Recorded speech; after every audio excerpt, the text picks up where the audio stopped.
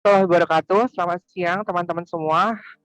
Perkenalkan kami dari kelompok 4 ingin mempresentasikan tugas manajemen strategik yang minggu keempat ya dengan dosen pengampu Bapak DRS Januar MM.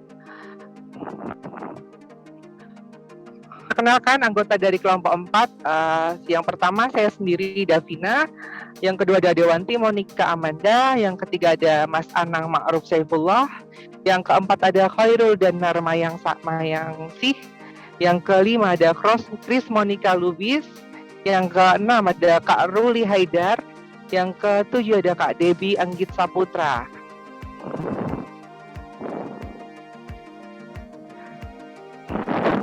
Pengertian dan visi misi. Visi berasal dari bahasa Inggris, vision yang berarti penglihatan, daya lihat, pandangan, impian atau bayangan. Secara etimologis, visi mengandung arti kemampuan untuk melihat pada inti persoalan. Menurut G.B. Whittaker dalam bukunya Strategic Planning and Management, visi perusahaan didefinisikan sebagai gambaran masa depan yang akan dipilih dan yang akan diwujudkan pada suatu saat yang ditentukan. Tujuan penetapan visi perusahaan. Secara singkat saya akan menjelaskan terlebih dahulu. Misi adalah pernyataan yang dibentuk untuk memperjelas kewajiban dan sasaran yang dapat diukur oleh sebuah organisasi. Pernyataan misi dibuat untuk panduan bekerja karyawan dan pemimpin organisasi, serta membantu mengukur apakah perencanaan strategis telah sejalan dengan tujuan keseluruhan organisasi tersebut. Pernyataan misi juga membantu organisasi mendeskripsikan sasaran perusahaan sekarang dan di masa depan. Visi memiliki peran untuk mendeskripsikan tujuan atau cita-cita organisasi. Pernyataan visi diperlukan oleh perusahaan karena pernyataan ini memberikan pandangan ke depan yang positif. Visi mendeskripsikan rencana perusahaan secara inspirasional dalam jangka panjang yang masuk akal untuk diraih. Visi biasanya berupa pernyataan tujuan perusahaan dalam jangka waktu 10-20 tahun ke depan.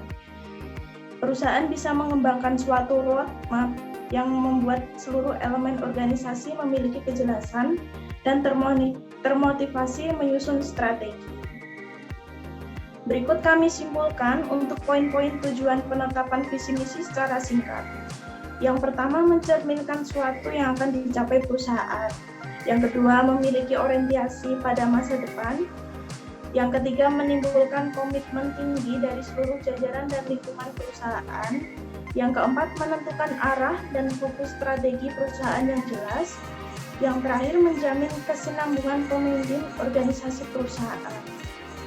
Untuk yang selanjutnya akan dijelaskan oleh Mas Anang. Oke, selanjutnya kriteria visi perusahaan secara umum sebagai berikut. Nah, yang pertama yaitu dapat dibayangkan oleh seluruh jajaran organisasi perusahaan. Kemudian yang kedua, dapat dikomunikasikan dan dapat dimengerti oleh seluruh jajaran organisasi perusahaan. Kemudian yang ketiga, berwawasan jangka panjang dan tidak mengabaikan perkembangan zaman. Kemudian memiliki nilai yang diinginkan oleh anggota organisasi perusahaan. Kemudian yang terakhir yaitu terfokus pada permasalahan instansi perusahaan agar dapat beroperasi. Kemudian selanjutnya, Mayang sih. Baik, selanjutnya, misi berasal dari bahasa Inggris yaitu mission yang berarti tugas atau keputusan. Misi suatu perusahaan merujuk pada satu pertanyaan mendasar yang pernah diajukan oleh Peter Drucker. Apa bisnis kita? Jawaban dari pertanyaan ini merupakan gambaran besar tentang apa saja yang akan dilakukan oleh perusahaan dalam upaya mencapai tujuannya. Baik, selanjutnya akan dilanjutkan oleh Mbak Chris Monika. Yang selanjutnya adalah manfaat visi antara lain. 1. Memastikan tujuan dasar organisasi. 2. Memberikan basis atau standar untuk mengalokasikan SD sumber daya di organisasi, menciptakan kondisi atau iklim organisasi yang umum. Yang keempat, menjadi titik utama bagi individu dalam mengidentifikasi tujuan dan arah organisasi. Yang kelima, memfasilitasi penerjemah tujuan menjadi struktur kerja yang melibatkan penugasan hingga elemen tanggung jawab dalam organisasi.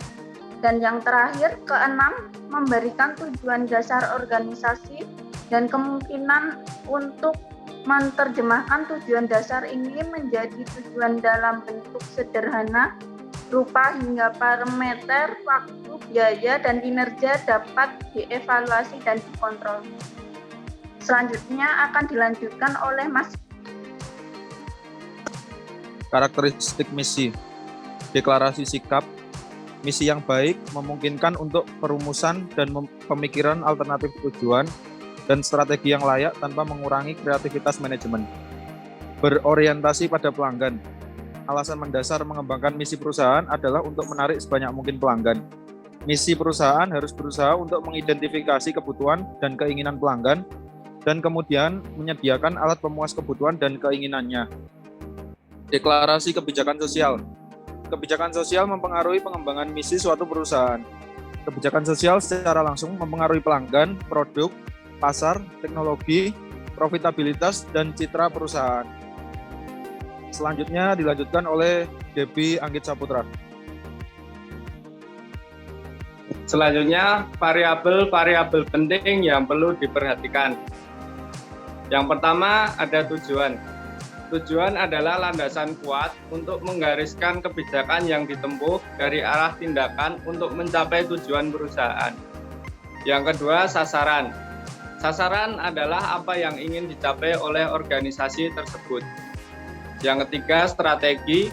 Strategi adalah sebuah rencana dasar yang luas dari suatu tindakan organisasi untuk mencapai suatu tujuan.